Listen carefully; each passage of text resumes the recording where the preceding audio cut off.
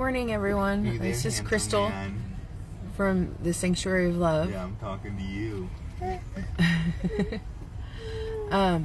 Just wanted to do my daily check-in with you guys and talk about what I'm going to practice today to meet God's heart, or to just be one with God. And I think the big message today, sorry, my grandbabies are in the back. I think the big message today is,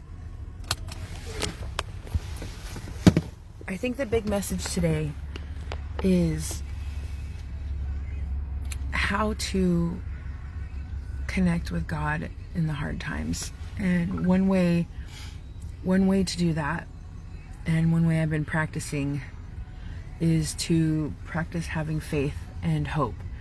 And what is hope? Hope in the Bible says that it is believing in the unseen. I'm not quoting it exactly word for word, but basically that's it. Like, it's easy to have faith in the things that we see and to believe in the things that we see, but hope is having faith in the things that we don't see yet.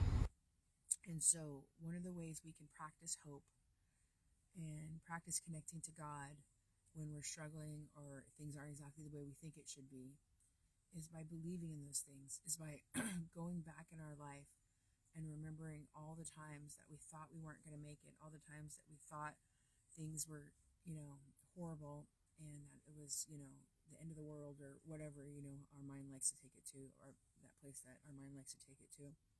And we remember.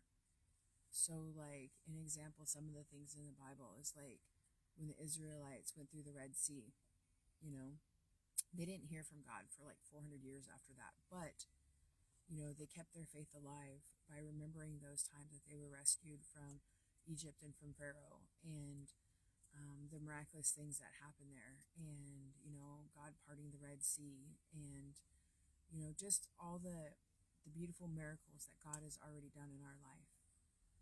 And if you don't have any miracles yet because you're a new believer, then go back to what the Bible says and look at all the miracles in there that he did at the last moment, for people, for his chosen ones. And we are his chosen ones. We are the new Israel.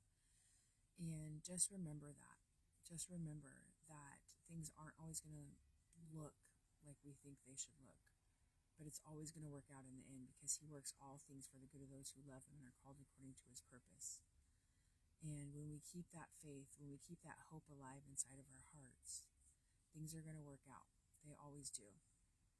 And so there's this saying that we have in AA. It says, don't quit before the miracle happens. And that's the idea of hope. The idea of hope is to remember the times that he has rescued us. Remember the times that he's rescued his people, if we haven't, for a new believer. And just looking at those times and looking for the little glimmers that we have in our life. My son shared a meme with me the other day, and it was so perfect. He's like, it's real easy for our mind to focus on the negative things that are happening in our life, but it's harder for our mind to focus on the good things. And when we focus on the good things, the little glimmers of hope that happen, like, oh, this good thing happened today, and we start acknowledging that and focusing on that, then that brings hope up and alive in our heart. And in that hope is Jesus, because Jesus is our hope.